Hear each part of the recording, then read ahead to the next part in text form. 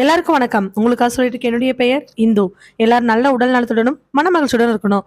வாங்க நமக்கு சிந்தனை பெட்டகத்துல கேள்வியே பதிலானால் கதையினுடைய 2வது பாகத்தை பார்க்கலாம். இன்ஸ்பெக்டர் சிவம் அந்த டெட் பாடிக்கு கீழே உட்காந்து உத்து பார்க்கறாரு. கான்ஸ்டபிள் கிட்ட கை நீட்ட அவர் சின்னதா ஒரு பேனா சைஸ்ல ஒன்ன கொடுக்க அந்த டெட் பாடியினுடைய முகத்தை திருப்பி பார்க்கறாரு. ஃபாரஸ்டிக் ஆஃபீஸர் முரளி எல்லாத்தையும் செக் பண்ணிட்டு இருக்க ஆம்புலன்ஸ் ஒன்று ரொம்ப தூரமா நின்றுட்டு இருக்குது.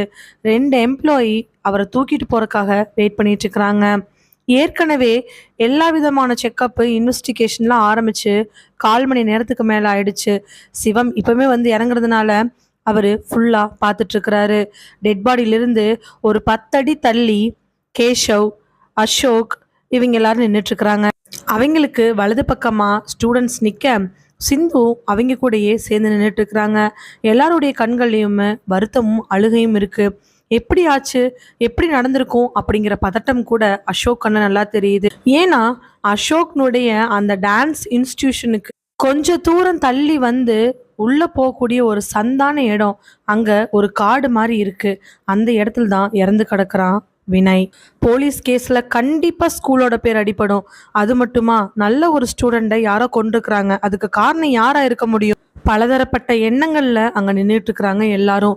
கேஷவோட மனசுக்குள்ள திரும்ப திரும்ப ஒரே ஒரு விஷயம் மட்டும் வந்துட்டு வந்துட்டு போகுது. கடைசியா நம்ம வினய் கூட காலையில பேசிட்டு இருக்கும் பொழுதே இன்ஸ்பெக்டர் சிவம் அங்க வந்து அங்க இருக்கிற எல்லாரையும் பார்த்து, நீங்களாம் அந்த இன்ஸ்டிடியூஷன்ல இருக்கிறவங்களா? ஆமா சார். நீங்க தானே அதனுடைய ஹெட்டு? எஸ் சார், நான் தான். அசோக் இது சொன்ன உடனே கேஷவ், சார் நானும் அந்த மேடம் அங்கே ஒர்க் பண்ணுறோம். இவங்களாம் எங்களுடைய ஸ்டூடெண்ட் சார். வினய் எங்கள் ஸ்டூடெண்ட்டு. அவன் இன்னைக்கு உடனே கை காமிச்ச சிவம் இருங்க அப்படிங்கிற மாதிரி சொல்லிட்டு ஸ்டூடெண்ட்ஸை பார்த்து, லாஸ்ட்டாக வினயை நீங்களே எப்போ பார்த்தீங்க? சார் லாஸ்ட்டாக இன்னைக்கு செலெக்ஷன் ப்ராசஸ் இருந்துச்சு சார். நாங்கள் எல்லாரும் ஸ்டேட் லெவலில் காம்படிஷனில் பார்ட்டிசிபேட் பண்ணுறதுக்காக நேம் லிஸ்ட் சொல்கிறேன்னு சொல்லியிருந்தாங்க. அதுக்காக வான்னு சொன்னோம். அவன் வர நேற்று நைட்டு சொன்னான் சார். இன்னைக்கு காலையில் நீங்கள் யாருமே அவனை பார்க்கவே இல்லையா? இல்லை சார், இன்னைக்கு காலையில் நாங்கள் யாருமே பார்க்கவே இல்லை. ஏன்னா நாங்கள் எல்லாருமே மீட்டிங் ஆரம்பிக்கிறதுக்கு கொஞ்ச நேரத்துக்கு முன்னாடி தான் வந்தோம்.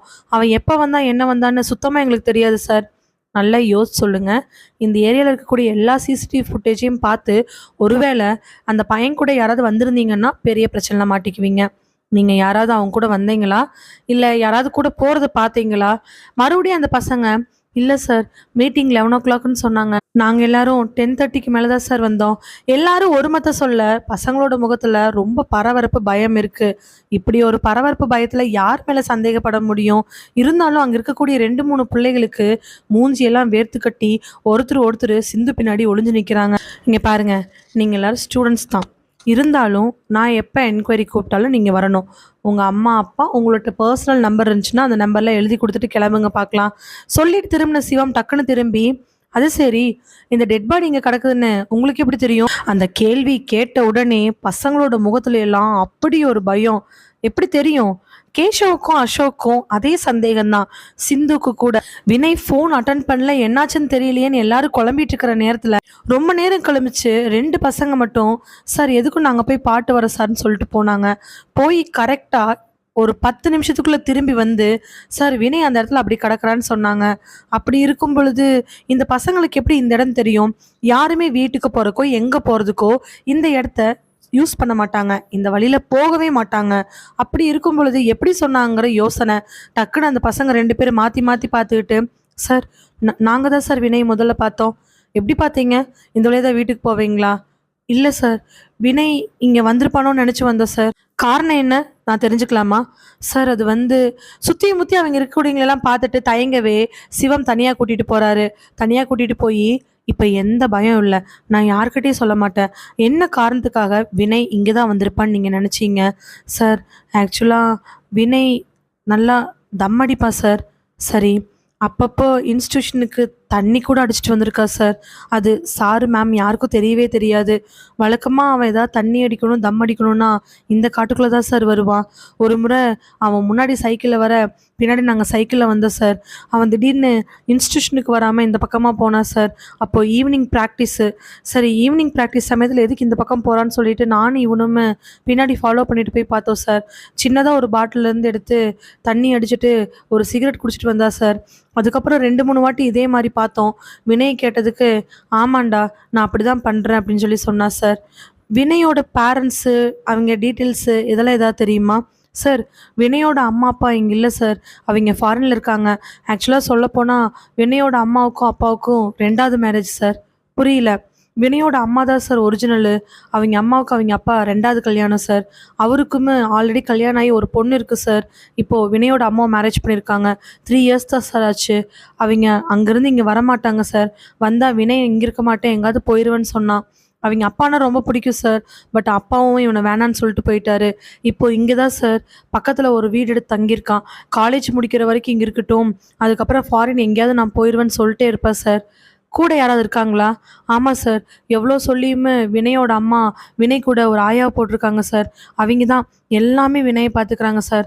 காலைல எந்திரிச்சலேருந்து நைட் தூங்குற வரைக்கும் அவன் அவங்களா சார் டிபெண்ட் பண்ணி இருக்கான். அவனுடைய ரிலாக்ஸேஷனுக்காக தான் டான்ஸ்க்கு வருவான். அங்கங்கே வந்து ஸ்போர்ட்ஸில் பார்ட்டிசிபேட் பண்ணுவான். கீபோர்ட்லாம் ப்ளே பண்ணுவான் சார். நல்ல பையன் சார். ஆனால் எப்படி ஆச்சுன்னு சரியாக தெரியல. சரி, வினய் வீட்டில் இருக்க அந்த அம்மாவுக்கு ஃபோன் பண்ணி சொல்லிட்டீங்களா? சார் அது வந்து ஏன் சார் கேஷவ் சார் தான் சார். சரி வாங்க, வேற ஏதாவது விஷயம் தெரிஞ்சுன்னா இமிடியேட்டாக என் நம்பருக்கு கால் பண்ணணும். இப்போ தான் ஞாபகம் வந்தால் கூட சொல்லிட்டு போகலாம். இல்லை சார், ஏதாவது ஞாபகம் வந்தால் கண்டிப்பாக உங்கள் நம்பருக்கு நான் கால் பண்ணுறேன் சார். சொல்லிட்டு சிவத்தினுடைய நம்பர் வாங்கினதுக்கப்புறம் சிவம் அந்த பசங்களை கூப்பிட்டுட்டு மெல்ல மெல்ல மறுபடியும் அசோக், கேஷவ், சிந்து நிற்கிற இடத்துக்கு வராரு. சார், அந்த பையன் அம்மா அப்பா கூட இல்லையாட்டிருக்கு. ஆமாம் சார், அவங்க அம்மா அப்பா ஃபாரினில் இருக்காங்க. ஒரு ஆயா கூட தான் வளர்ந்துக்கிட்டு இருக்கிறான். அவங்களுக்கு கால் பண்ணி இன்ஃபார்ம் பண்ணீங்களா? டக்குன்னு கேஷவ் கால் பண்ணோம் சார். அட்டன் பண்ணாங்க. பட் வரதுக்கு பயப்படுறாங்க. இல்லை சார், அவங்க கண்டிப்பாக வரணும். அட்ரஸ் எங்கேன்னு தெரியுமா? அட்ரஸ் தெரியும் சார். பின்னாடி திரும்பி கான்ஸ்டபிளை கூப்பிட அவர் வேகமாக ஓடியாந்து சார்னு கேட்க, ஒரு அட்ரஸ் சொல்கிறேன், அங்கே போய் வினயோட அவங்க வளர்ப்பு ஆயா இருப்பாங்க. அவங்கள இமீடியட்டாக கூட்டிகிட்டு ஸ்டேஷனுக்கு வந்துடுங்க. நான் எப்படியுமே இன்னொரு 1/2 ஹவரில் ஸ்டேஷனுக்கு வந்துடுவேன். சரி சார், நான் வந்துடுறேன் சொல்லிட்டு கான்ஸ்டபிள் வேகமாக வண்டி எடுத்துக்கிட்டு அங்கே போகிறாரு. அவர் பேசிகிட்டு இருக்கவே டக்குன்னு பின்னாடி முரளி கூப்பிட திரும்பி பார்த்து, சொல்லுங்கள் முரளி, கொஞ்சம் இங்கே வாங்க சார். சொல்லுங்கள். நான் இங்கேயே ஃபுல்லாக செக் பண்ணிட்டோம். இருந்தாலும் அங்கங்கே நிறைய சாம்பிள்ஸ் கிடச்சிருக்குது. அதெல்லாம் எடுத்துருக்குறோம். பட் ஓவராலாக பார்க்கும் பொழுது இது பக்காவாக மர்டர்னு தெரியுது. அவங்க முதல்ல இந்த பையன் கூட கையால் சண்டை போட்டிருக்கிறாங்க. அங்கங்கே கீறல்கள் இருக்குது. அதுக்கப்புறமா 2-3 கற்களை எடுத்து அறிஞ்சிருக்கிறாங்க. கற்கள் எரிஞ்சதுக்கப்புறமா அந்த பையன் அதுலேருந்து விலகியிருக்கான் போல. லைட்டான அடி ஒரு பக்கமும் பலமான அடி நெஞ்சிலையும் இருக்குது. அதுக்கப்புறமா தான் அங்கே இருக்கக்கூடிய ஏதோ ஒரு கட்டையை எடுத்து அந்த பையனை அடிச்சிருக்காங்க. பட் இதில் ஒரு முக்கியமான விஷயம் என்ன அப்படின்னா, கொலையாளி அடிச்சுட்டு பயத்தில் கட்டையை இங்கேயே போட்டு போயிட்டாங்க. அதனால அதில் கைரேகை இருக்கிறதுக்கு வாய்ப்புகள் நிறையா இருக்குது. எனக்கு தெரிஞ்சு இந்த கொலை மேபி அன்பிளான்டு. வாக்குவாதத்தில் ஏற்பட்டு அதுக்கப்புறமா கை கலப்புக்கு போய் இந்த பையனை அடித்து அந்த பையனை வந்து துன்புறுத்தி கல்லெல்லாம் விட்டு எறிஞ்சு கட்டையை எடுத்து மண்டையில் அடித்து அந்த பையனை கொண்டிருக்கணும். எனிதிங் வேறு ஏதாவது? முக்கியமான ஒரு விஷயம் இருக்குது. சொல்லுங்க முரளி. இந்த கொலையை பண்ணது கண்டிப்பா ஒரு பெண்ணா தான் இருக்கணும். எப்படி சொல்றீங்க? ஆமா. அந்த பையனோட உடம்புல இருக்கக்கூடிய நகைக்கீறல்கள் எல்லாம் வச்சு பார்க்கும் பொழுது அது ஒரு பெண்ணுடைய நகைக்கீறல் தான். நாங்கள் சாம்பிள்ஸ் எடுத்திருக்கோம். இங்கே இன்ஸ்டியூஷனில் இருக்கக்கூடிய கேர்ள்ஸ் அண்ட் அந்த வீட்டில் இருக்கக்கூடிய ஆயா, அப்புறம் வினய் கூட தொடர்பில் இருக்கக்கூடிய ஏதாவது பெண்கள், அத்தை, மாமா, சித்தி, சித்தப்பா, அம்மானு யாராக இருந்தாலும் பரவாயில்ல. யாரெல்லாம் மேக்ஸிமம் அவங்களுடைய சாம்பிள்ஸை கொடுக்க முடியுமோ கொடுக்க சொல்லுங்கள். ஏன்னா நாங்கள் சாம்பிள் எடுத்துருக்கோம். அது மேட்ச் ஆச்சுன்னா கண்டிப்பாக குற்றவாளி ஈஸியாக பிடிச்சிடலாம். அண்டு சிவம், இந்த ஏரியாக்குள்ளே நடந்திருக்கிறதுனால நாம் இந்த இன்ஸ்டியூஷனில் இருக்கக்கூடிய கேர்ள்ஸ் மேலே முதல்ல கான்சன்ட்ரேட் பண்ணுறது நமக்கு ரொம்ப நல்லது. ஓகே முரளி. ஏன்னா இப்போ நம்ம போய் அவங்ககிட்ட நாங்கள் உங்களை செக் பண்ணணும், உடலில் இருக்கக்கூடியதெல்லாம் பெண்களுடைய நெகக்கீரல்கள் தான் அப்படின்னு சொன்னால் அது கேஸ் வேறு மாதிரி போயிடும். ஸோ நான் என் வழியில் நான் டீல் பண்ணிக்கிறேன். உங்ககிட்ட இன்னொரு முக்கியமான விஷயம் கேட்கணும். சொல்லுங்கள். அந்த பையனுக்கு தண்ணி, தம்முன்னு கெட்ட பழக்கங்கள் நிறையா இருக்குது. அந்த மாதிரி போதை ஊசி அந்த மாதிரி பழக்கம் இருக்கிறதுக்கு வாய்ப்பு இருக்கா? போதை பழக்கம் இருக்கா இல்லையா அப்படிங்கிறது அவனுடைய பிளட் சாம்பிள்ஸு இல்லை நாங்கள் வேறு ஏதாவது சாம்பிள் எடுத்து தான் கண்டுபிடிக்க முடியும்.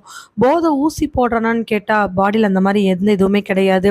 கை, தொடை, நரம்பு, கழுத்து எந்த பகுதியிலையுமே அவனுக்கு போதை ஊசி போட்டுக்கிற மாதிரி பழக்கம் இருக்கிறதுக்கு அடையாளங்கள் துளி கூட இல்லை.